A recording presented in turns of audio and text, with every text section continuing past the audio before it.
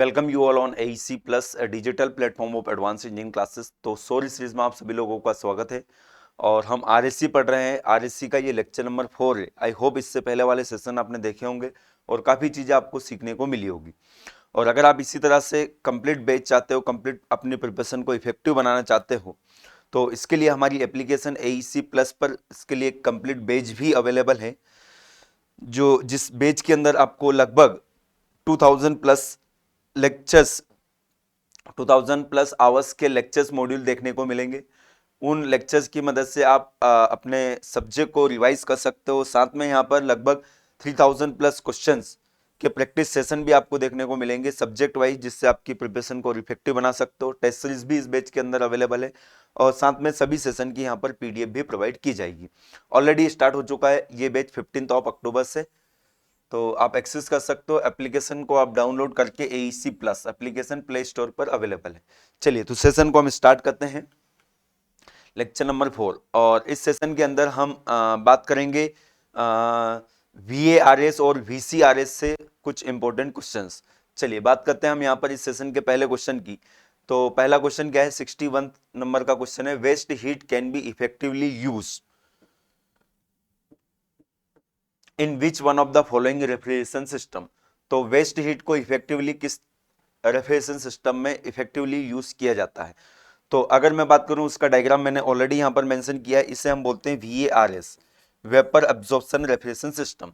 ये VCRS से किस तरह से अलग है, पहली बात तो ये पता होना चाहिए। VCRS में आपको पता होना चाहिए कि कंप्रेसर लगा होता है और कंप्रेसर को यहाँ पर हम रिप्लेस कर देते हैं VARS में 3 नए डिवाइस से। 3 नए डिवाइस कौन कौन से होते हैं, एक एब्जॉर्बर रहेगा, पंप रहेगा और जनरेटर रहेगा। तो ये 3 को हटा देते हैं, इसकी जगह अगर हम कंप्रेसर लगा देते हैं तो ये जो सिस्टम है, ये सिस्टम बन जाएगा वेपर कंप्रेशन रेफ्रिजरेशन सिस्टम। तो वेपर एब्जॉर्प्शन रेफ्रिजरेशन सिस्टम में हम यूज करते हैं एब्जॉर्बर, पंप एंड जनरेटर।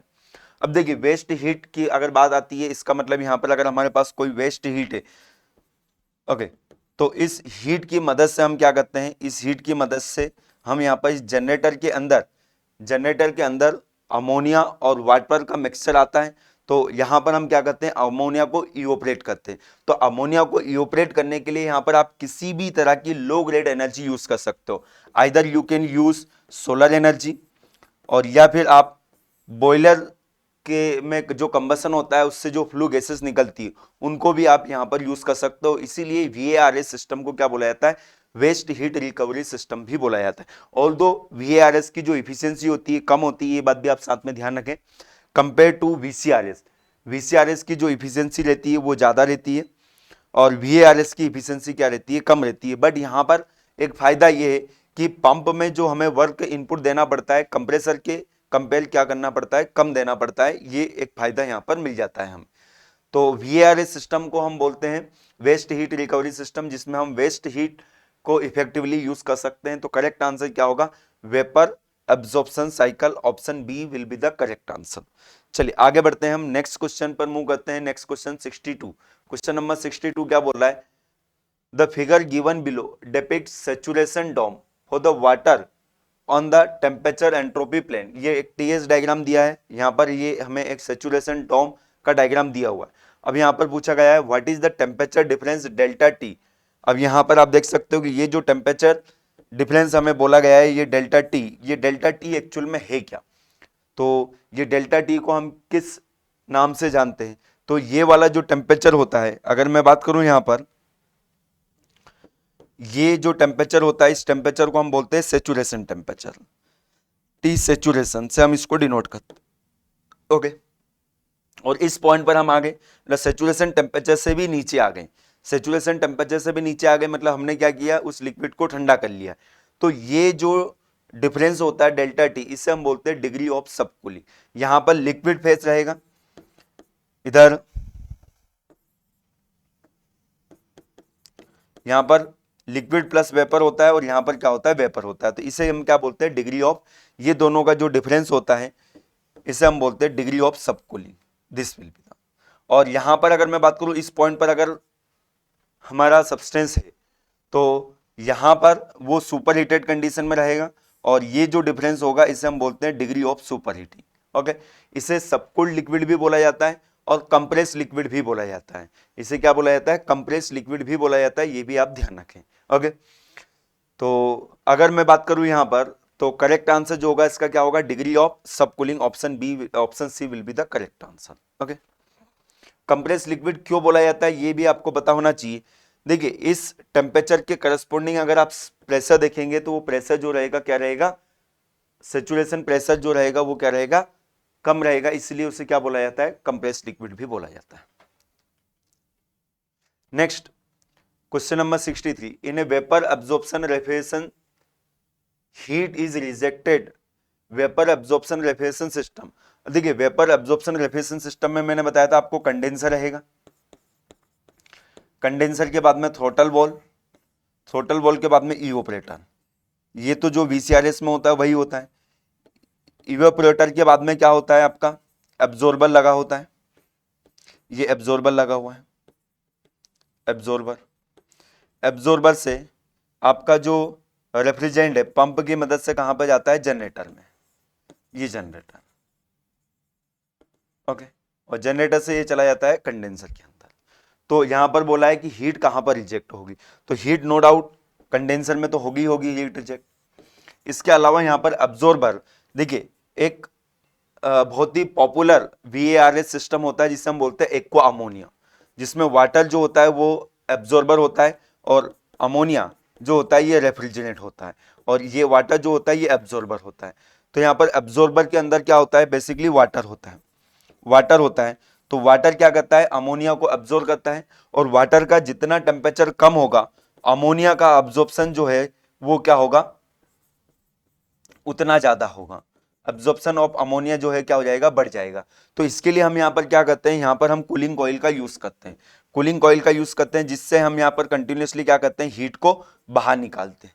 तो यहाँ पर भी हीट बाहर निकलेगी और यहाँ पर भी हीट रिजेक्ट होती है। तो आप ध्यान रखें, वीएआरएस सिस्टम में हीट दो जगह रिजेक्ट होती है। कहां पर? एक कंडेंसर में भी होती है, एक एब्जॉर्बर में भी होती है। एब्जॉर्बर में हीट को रिजेक्ट करने से क्या फायदा होगा ये बात मैंने आपको बता दी।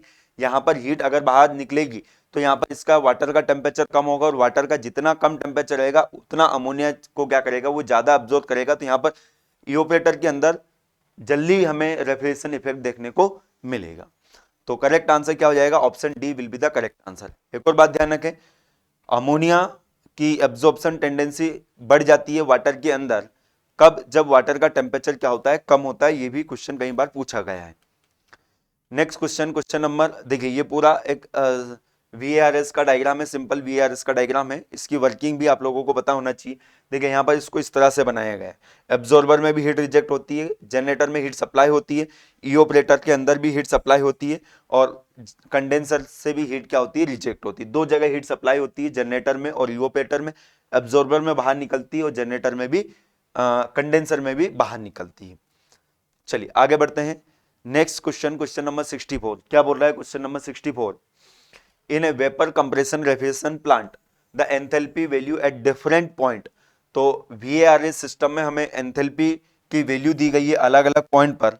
तो ये जो एंथैल्पी दी गई है इसको अपन लिख लेते हैं। डायरेक्टली मैं बनाता हूं वीएआरएस, सॉरी वीसीआरएस। ओके, तो enthalpy at the exit of evaporator, मतलब कि अगर हम बात करें यहां पर, तो ये हमारा वीसीआरएस है। तो इवोपरेटर कहां पर लगा होता है? ये, इस पॉइंट को नाम दे रहा हूं 1 2 3 4। तो 4 से 1 के बीच में इवोपरेटर लगा होता है। तो enthalpy at the exit of evaporator, ये एंथैल्पी हमें दी गई है कितनी? 350 किलो जूल पर केजी। इसके अलावा enthalpy at the exit of compressor, compressor के एग्जिट पर मतलब 2 पॉइंट पर एंथैल्पी हमें दी गई है कितनी? 375। इसके अलावा enthalpy at the exit of condenser, condenser का एग्जिट जो होगा ये 3 पॉइंट होगा, यहां पर एंथैल्पी हमें दी गई है 225। इस तरह के क्वेश्चन कई बार एग्जाम में आ चुके हैं, ध्यान रखें। अब हमसे यहां पर क्या पूछा है? The refrigerating efficiency of the plant is 0.8। अब यहां पर आपको ध्यान से पढ़ना है क्वेश्चन को। Refrigerating efficiency of plant is 0.8, 0.8 refrigerating efficiency बोल रखा है। तो रेफ्रिजरेटिंग इफिशियंसी जो होता है ये आप ध्यान रखें, इफिशियंसी जो होता है क्या होता है? एक्चुअल सीओपी जो होता है, ये सेकंड लॉ इफिशियंसी भी हम इसको बोल सकते हैं। सीओपी जो रहेगा एक्चुअल, और मैक्सिमम पॉसिबल सीओपी, या फिर हम बोल सकते हैं थ्योरेटिकल सीओपी जो रहेगा, इन दोनों का रेशियो जो है ये हमें दे रखा है 0.8। अब हमसे क्या पूछा है, what is the power required per kilowatt of cooling to be produce. Per kilowatt cooling to be produce का मतलब क्या हुआ, यहां पर ये रेफ्रिजरेशन कैपेसिटी हमें दे रखी 1 किलोवाट, कैपेसिटी हमें दे रखी है 1 किलोवाट। तो 1 किलोवाट कैपेसिटी के लिए आपको कितना पावर इनपुट देना पड़ेगा, यहां पर ये निकालना पड़ेगा। तो इसके लिए आपको क्या चाहिए, एक्चुअल सीओपी चाहिए। एक्चुअल सीओपी के लिए आपको चाहिए थ्योरेटिकल सीओपी। तो थ्योरेटिकल सीओपी हमें यहां से कितनी मिलेगी, थ्योरेटिकल सीओपी के लिए रेफ्रिजरेशन इफेक्ट चाहिए आपको और वर्क इनपुट चाहिए। तो रेफ्रिजरेशन इफेक्ट मतलब इस 4 पॉइंट पर एंथैल्पी और 1 पॉइंट पर एंथैल्पी। तो 3 से 4 जो है आइसेंथैल्पिक प्रोसेस होती है, तो यहाँ पर जो एंथैल्पी होगी वो जो 3 पर है वही हो जाएगी। तो इन दोनों पॉइंट के बीच का डिफरेंस कितना हो जाएगा, 350 माइनस 225। वर्क इनपुट हमें जो देना पड़ेगा, कितना देना पड़ेगा, 375 डिवाइडेड बाय 350, ये वर्क इनपुट हमें देना पड़ेगा। तो यहां से हमारे पास थ्योरेटिकल सीओपी आ जाएगी, इसको आप कैलकुलेट कर लीजिए। 350 माइनस 225, 125 डिवाइडेड बाय 25 बनेगा ये। 375 माइनस 350 कितना बनेगा, 25। तो सीओपी कितना जाएगा, 5 आ जाएगा। 5 आ जाएगा तो एक्चुअल सीओपी कितना जाएगा, इसको आप मल्टीप्लाई कर दीजिए 0.8 से। तो एक्चुअल सीओपी हमारे पास आ जाएगा 4। और ये 4 अगर हमारे पास आ गया तो ये क्या होता है, रेफ्रिजरेशन कैपेसिटी कितना दे रखा है, refrigeration capacity will be 1 kilowatt. तो इसके लिए हमें कितना पावर इनपुट देना पड़ेगा, ये हम यहां से निकाल लेंगे। तो 1/4 आ जाएगा, 0.25 किलोवाट पावर इनपुट आपको देना पड़ेगा। तो यहां पर ध्यान रखें, ये एक नया कॉन्सेप्ट था, रेफ्रिजरेटिंग एफिशिएंसी। तो रेफ्रिजरेटिंग एफिशिएंसी का मतलब क्या होता है, जो एक्चुअल सीओपी होता है और जो थ्योरेटिकल सीओपी होता है, इन दोनों का रेशियो क्या कहलाता है, रेफ्रिजरेटिंग एफिशिएंसी कहलाता है। चलिए आगे बढ़ते हैं। नेक्स्ट क्वेश्चन नंबर 65 क्या बोल रहा है, where is an air refrigeration cycle is generally employ. Air refrigeration cycle कहां पर यूज किया जाता है, एयर रेफ्रिजरेशन साइकिल एक तो एयरक्राफ्ट में यूज किया जाता है। एयरक्राफ्ट में इसलिए यूज किया जाता है क्योंकि एयर जो रेफ्रिजरेंट हम यूज करते हैं उसका वेट जो होता है काफी कम होता है। तो वहां पर वेट टू पावर रेशियो कम होने की वजह से एयरक्राफ्ट में, एरोप्लेन में एयर रेफ्रिजरेशन सिस्टम यूज किया जाता है, जो कि ऑप्शन में नहीं। इसके अलावा एक और बात ध्यान रखें कि गैस लिक्विफिकेशन में भी यूज किया जाता है एयर रेफ्रिजरेशन सिस्टम। तो ये एग्जाम्पल आपको डायरेक्टली याद रखना है। तो इसका करेक्ट आंसर क्या हो जाएगा, option D will be the correct answer. Air refrigeration system का मतलब क्या होता है ये भी आपको पता होना चाहिए। ये बात चल रही है रिवर्स ब्रेटन साइकिल की, reverse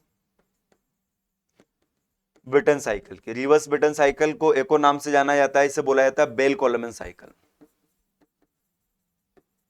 bell Coleman cycle. Okay, और इसकी जो सीओपी होती है उसका फॉर्मूला भी आपको पता होना चाहिए।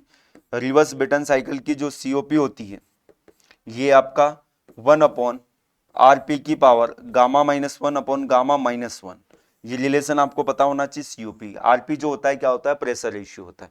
इसमें 2 कांस्टेंट प्रेशर प्रोसेस होती है और 2 एडियाबेटिक प्रोसेस होती है, रिवर्सिबल एडियाबेटिक प्रोसेस होती है। इसके पीवी और टीएस डायग्राम भी आपको प्लॉट करना आना चाहिए। चलिए आगे बढ़ते हैं।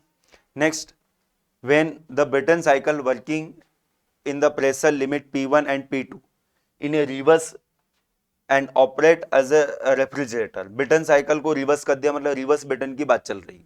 ओके, तो अब हमसे यहां पर पूछा गया है कि ideal value of COP of for such cycle. तो अभी थोड़ी देर पहले मैंने बताया सीओपी का फॉर्मूला जो होता है क्या होता है, 1/RP की पावर गामा-1/गामा-1, और आरपी जो है क्या है, प्रेशर रेशियो है।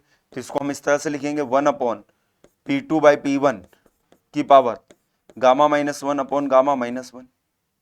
तो आप देख लीजिए कौन सा ऑप्शन करेक्ट होगा, गामा-1/गामा, ये वाला ऑप्शन करेक्ट होगा। ओके, यहाँ पर ये लिखने में सही से नहीं आया है, ऑल्दो ये 1 डिवाइडेड बाय सब कुछ है, तो आंसर जो होगा ऑप्शन सी होगा। ओके, फॉर्मूला आपको याद होना चाहिए रिवर्स ब्रेटन साइकिल की सीओपी का। ब्रेटन साइकिल की इफिशिएंसी का फॉर्मूला भी पता होना चाहिए। अगर इफिशिएंसी पूछा जाता है ब्रेटन साइकिल की तो इसका फॉर्मूला क्या होता है, 1-1/RP की पावर गामा-1/गामा। ये ब्रेटन साइकिल की इफिशिएंसी होती है, और सीओपी जो होती है ब्रेटन साइकिल की ये होती है, आप ध्यान रखें। ठीक है, चलिए आगे बढ़ते हैं। हम क्वेश्चन नंबर 67 पर मूव करते हैं। क्या है question, A heat pump work on A reverse Carnot cycle. Heat pump जो है रिवर्स कार्नोट साइकिल पर वर्क कर रहा है। Okay, the temperature in the condenser coil is 27 degree Celsius. Condenser coil का टेम्परेचर है 27 डिग्री सेल्सियस, मतलब ये हायर टेम्परेचर होगा। कंडेंसर कॉइल जो होता है वो उसका जो टेम्परेचर होता है वो हायर टेम्परेचर कहलाता है। And that in the evaporator coil is -23 degree Celsius, मतलब ये लोअर टेम्परेचर रहेगा -23 degree Celsius. For a work input of 1 kilowatt how much the heat pump, तो 1 किलोवाट वर्क इनपुट है, तो इसके लिए हीट इनपुट जो होगा वो कितना होगा, मतलब वही रेफ्रिजरेशन इफेक्ट हमसे पूछा गया है। हीट पंप की बात है, तो हीट पंप की सीओपी जो होती है वो क्या होती है ये पता होना चाहिए। यहाँ पर भी कंफ्यूजन हो जाता है कि पूछा क्या है।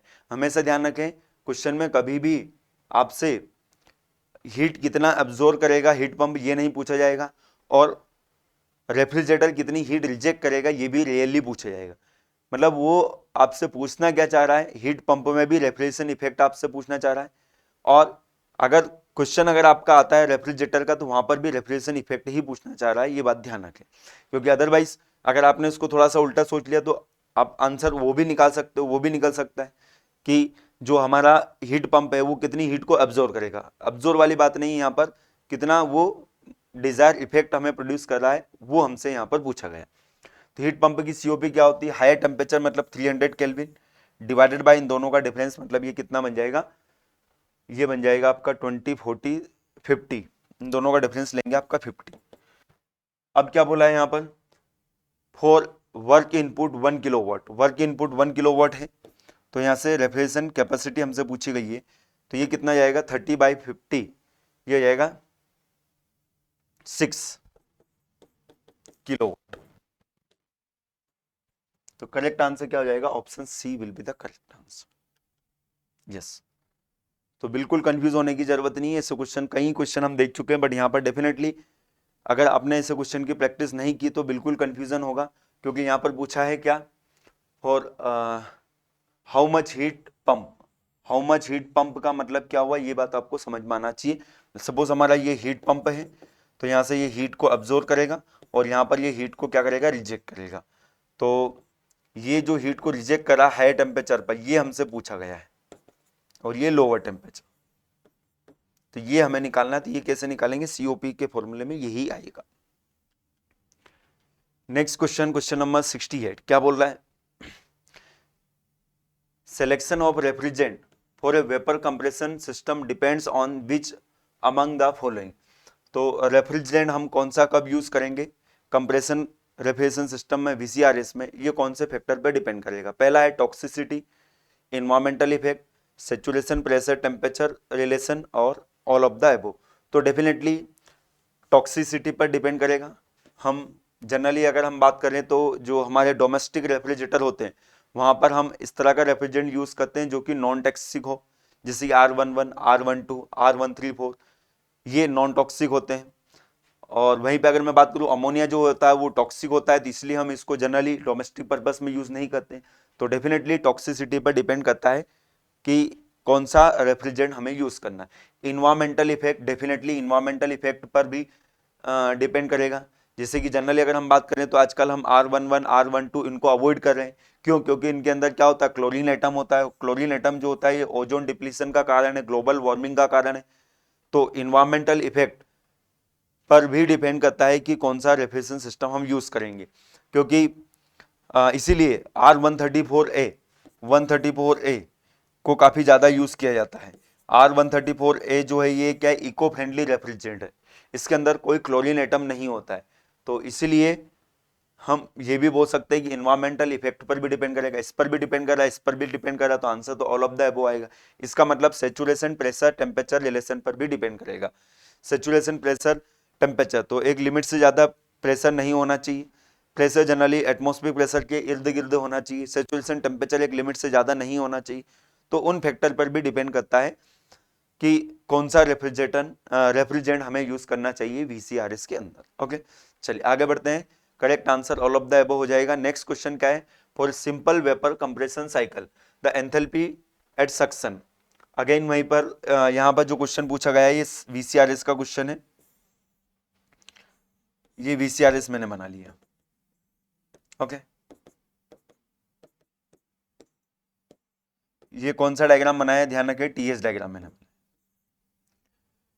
For the simple vapour compression cycle the enthalpy at suction is 1600 kilo joule per KG, enthalpy at discharge from the compressor. तो देखिए कंप्रेसर के सक्शन पर एंथैल्पी हमें दे रखा है 1600, डिस्चार्ज पर हमें एंथैल्पी दे रखा है 1800 kilo joule per KG. Enthalpy at the exit of condenser, condenser का एग्जिट कहां पर होगा, 3 पॉइंट पर होगा, कितना दे रखा है enthalpy 600। What is COP of the refrigeration cycle, तो इस रेफ्रिजरेशन साइकिल की सीओपी हमें निकालना है। तो आपको पता होना चाहिए इस पॉइंट पर जो एंथैल्पी होगी यहां पर भी वही एंथैल्पी होगी, इस 4 पर भी वही एंथैल्पी होगी, क्योंकि ये जो प्रोसेस है आइसेंथैल्पिक प्रोसेस है। तो यहाँ पर एंथैल्पी आ जाएगी 600, तो इन दोनों का डिफरेंस जो है ये क्या बन जाएगा, रेफ्रिजरेशन इफेक्ट कितना हो जाएगा 1000। इसके लिए कितना वर्क इनपुट करना पड़ेगा, इन दोनों का डिफरेंस विच इज 200, तो 1000 divided by 205 will be the answer. तो ऐसे क्वेश्चन अगर आ जाते हैं तो बिल्कुल गलती नहीं करना है, ध्यान रखना है, बस यही कॉन्सेप्ट यहाँ पर पूछा जाता है, दिया जाता है कि यहाँ की एंथैल्पी दी जाती है जबकि यहाँ की जरूरत होती है। तो इस पॉइंट की एंथैल्पी और इस पॉइंट की एंथैल्पी दोनों क्या रहेगी, बराबर रहेगी।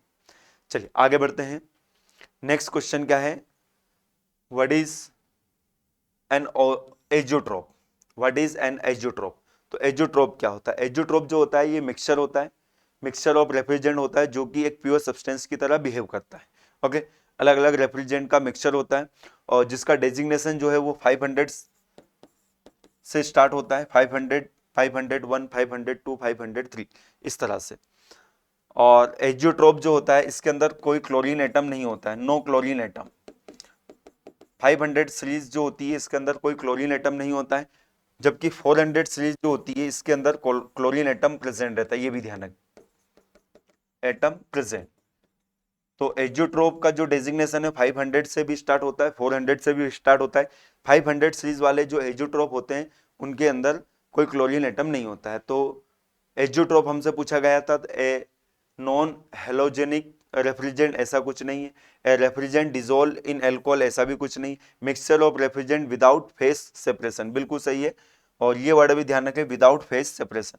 फेज जो रहेगा, दो जो मिक्सचर हम बनाएंगे दो रेफ्रिजरेंट का, उनका फेज जो रहेगा क्या रहेगा, समान रहेगा, सेम रहेगा, उसे हम क्या बोलते हैं, एजियोट्रोप। एजियोट्रोप जो है एक प्योर सब्सटेंस की तरह बिहेव करता है, इसीलिए हम यहाँ पर बोल रहे हैं कि फेज जो रहेगा वो क्या रहेगा, सेम रहेगा, सेम फेस रहेगा, तो फेस सेपरेशन नहीं रहेगा, without phase separation. Okay, correct answer क्या हो जाएगा, option C will be the correct answer.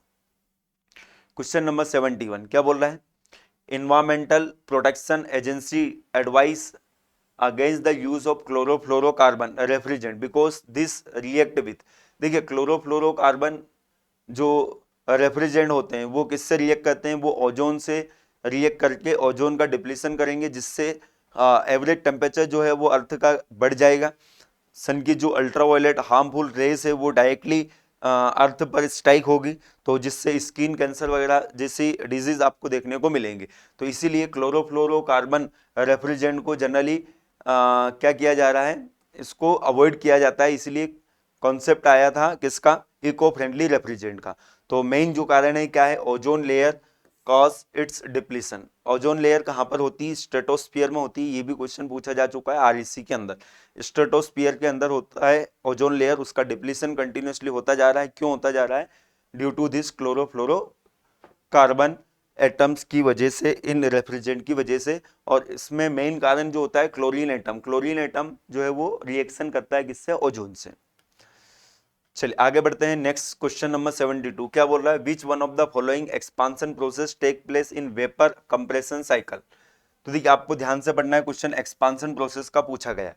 तो कौन सी एक्सपांशन प्रोसेस देखने को मिलती है वेपर कंप्रेशन साइकिल के अंदर। तो अगर वेपर कंप्रेशन साइकिल की अगर मैं बात करूं तो यहाँ पर 4 प्रोसेस हमें देखने को मिलेंगी।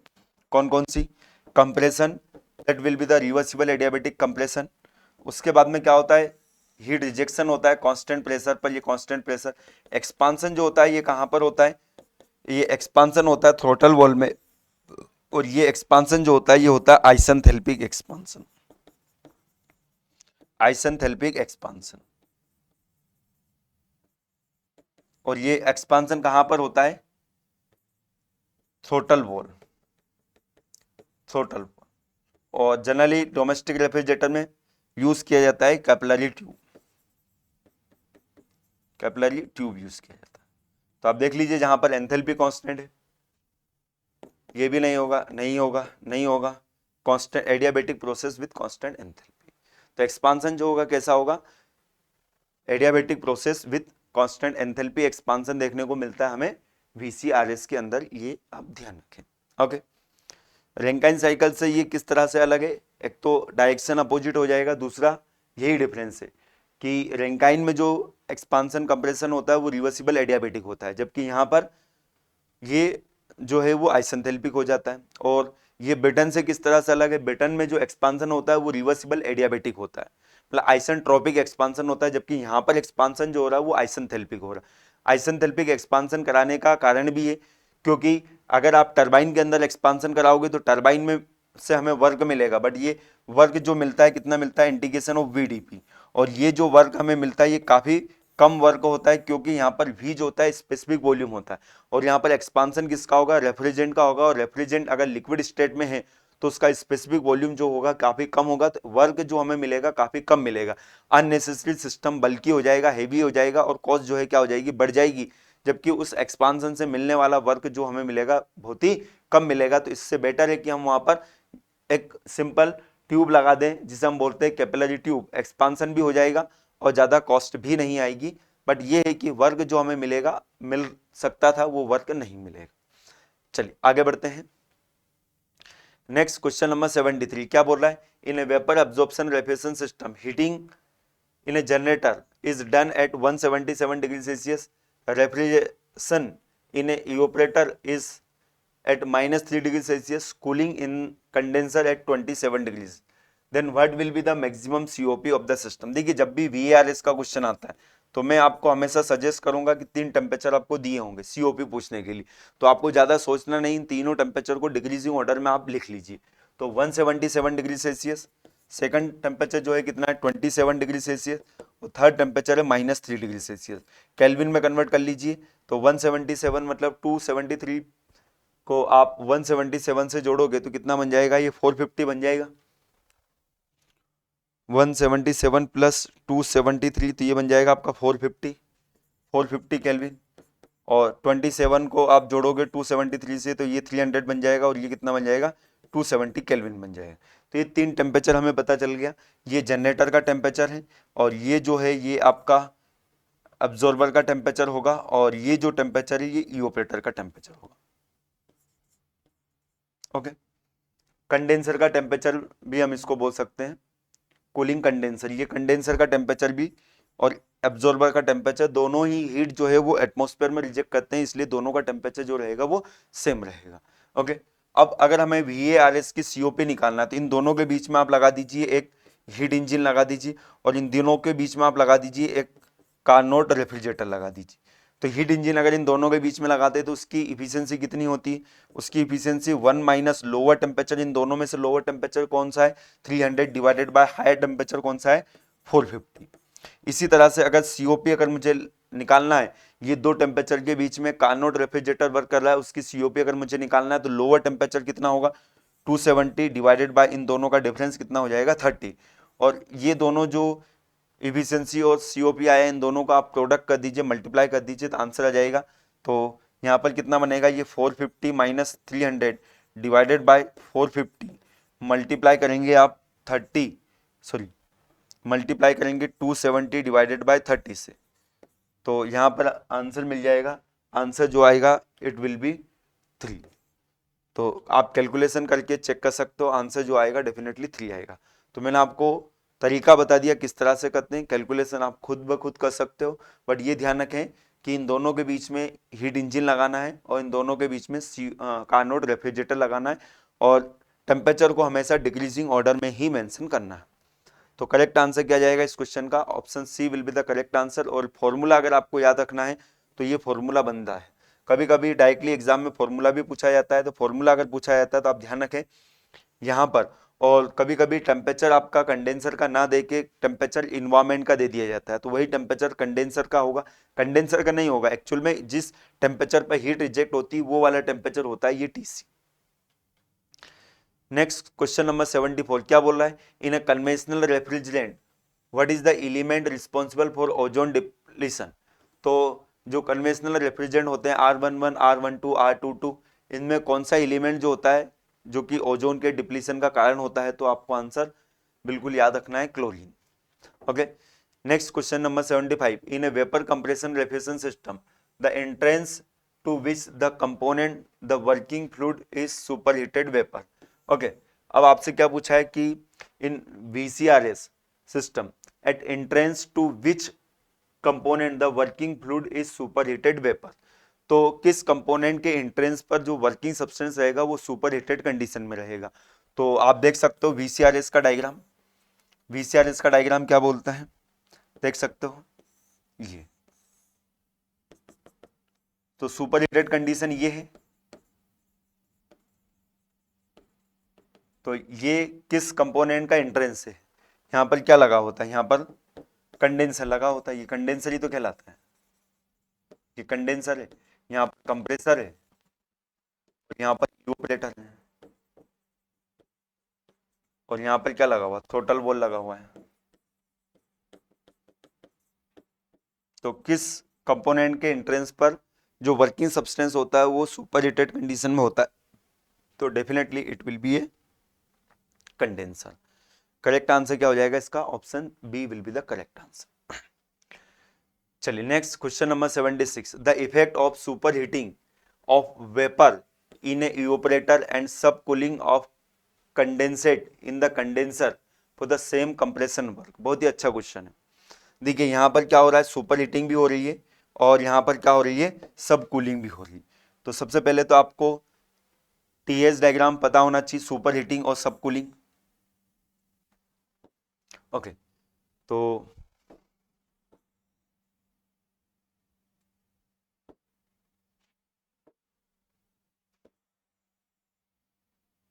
देखिए सब कूलिंग हम करा रहे हैं कंडेंसर के अंदर, ये सब कूलिंग हमने कराई। सुपर हीटिंग हम करा रहे हैं इवेपोरेटर के अंदर, देन उसके बाद में हम क्या कराते हैं, कंप्रेशन।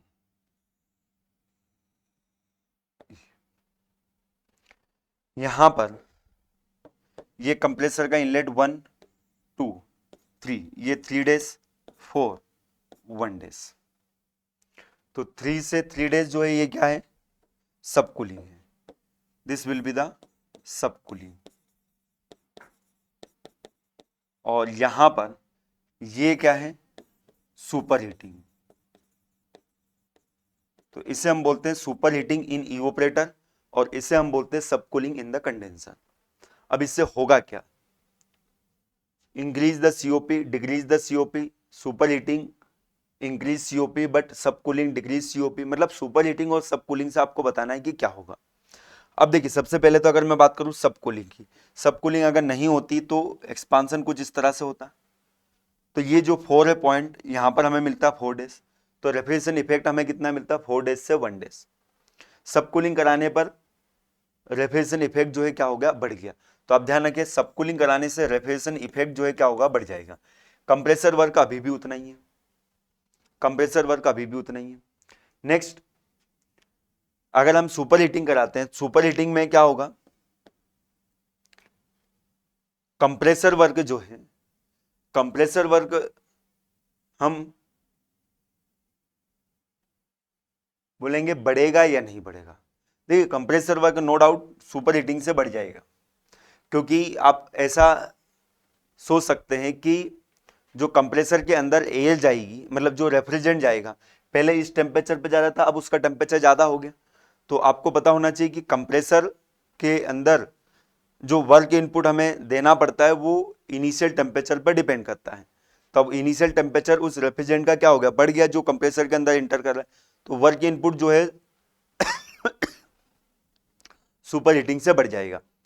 बट सब कूलिंग के साथ में सुपर हीटिंग हम कैसे कराते हैं, ये बात आप ध्यान रखें, ये रेफ्रिजरेशन इफेक्ट पर कोई फर्क नहीं पड़ेगा सुपर हीटिंग की वजह से, क्योंकि सब कूलिंग से जो हीट निकलती है, देखिए सब कूलिंग करा रहे हैं इसका मतलब यहां से हीट निकल रही है, तो सब कूलिंग से जो हीट निकलती है उससे ही हम क्या कराते हैं, सुपर हीटिंग कराते हैं।